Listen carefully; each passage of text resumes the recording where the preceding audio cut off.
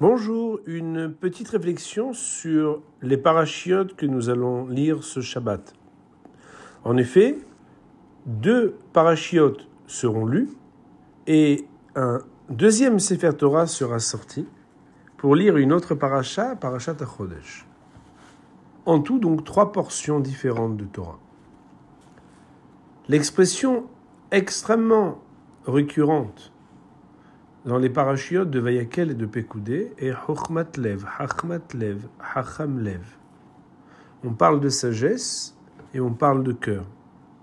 On dit que ce sont les hommes qui ont la sagesse du cœur qui vont construire le sanctuaire, qui vont participer à l'édification d'un temple portatif qui pourra abriter la présence divine.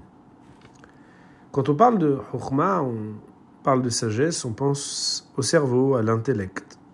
Quand on parle du lève, du cœur, on pense aux sentiments, aux sensations, aux émotions. Et même si aujourd'hui l'intelligence émotionnelle est à la mode, c'est un terme qui est très courant, il ne reste pas moins qu'on a plutôt l'impression qu'il s'agit d'une intelligence qui comprend les émotions. Nos maîtres vont expliquer les choses un peu différemment.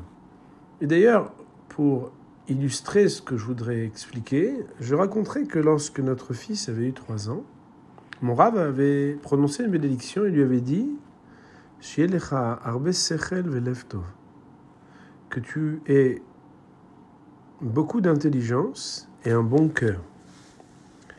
J'ai l'habitude d'expliquer qu'à ce moment-là, lorsqu'on avait eu cette bénédiction, on avait l'impression que c'était des choses qui étaient supplémentaires, séparées. Et en définitive, c'était des choses qui étaient complémentaires. En effet, nos Chachamim nous expliquent que le moach, le cerveau qui permet la réflexion, fait parfois de l'ombre aux lèvres, aux émotions et aux sentiments. Et d'ailleurs, on peut parfois être pris par des sentiments qui troublent notre lucidité à réfléchir de manière plus claire, plus clairvoyante. De plus, on sait bien que ça n'est pas souvent que les personnes très brillantes de leur moire, de leur intelligence, sont les personnes les plus simplement bienveillantes et gentilles. D'ailleurs, on voit aussi que les personnes qui sont simplement bons, souvent on associe leur simplement bon à une bonté qui n'est pas trop réfléchie, comme s'il y avait une spontanéité dans la gentillesse qui manquait un peu d'intelligence. C'est la raison pour laquelle dans cette bénédiction, qui est demandée d'avoir à la fois beaucoup de sechel, beaucoup d'intelligence, mais aussi d'avoir un bon cœur, il s'agissait de prendre en considération à la fois l'effort et l'outil de la réflexion, tout en y ajoutant de manière complémentaire la considération de ses propres sentiments et de la sensibilité d'autrui.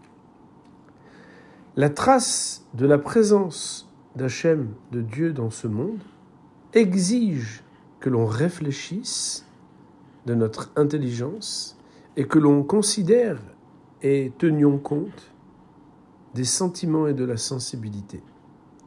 Seuls les hommes qui ont à la fois de la bonté et de la bienveillance, qui se joignent pour compléter une forte intelligence, sont dignes d'être les bâtisseurs de la présence divine dans ce monde. Shabbat Shalom.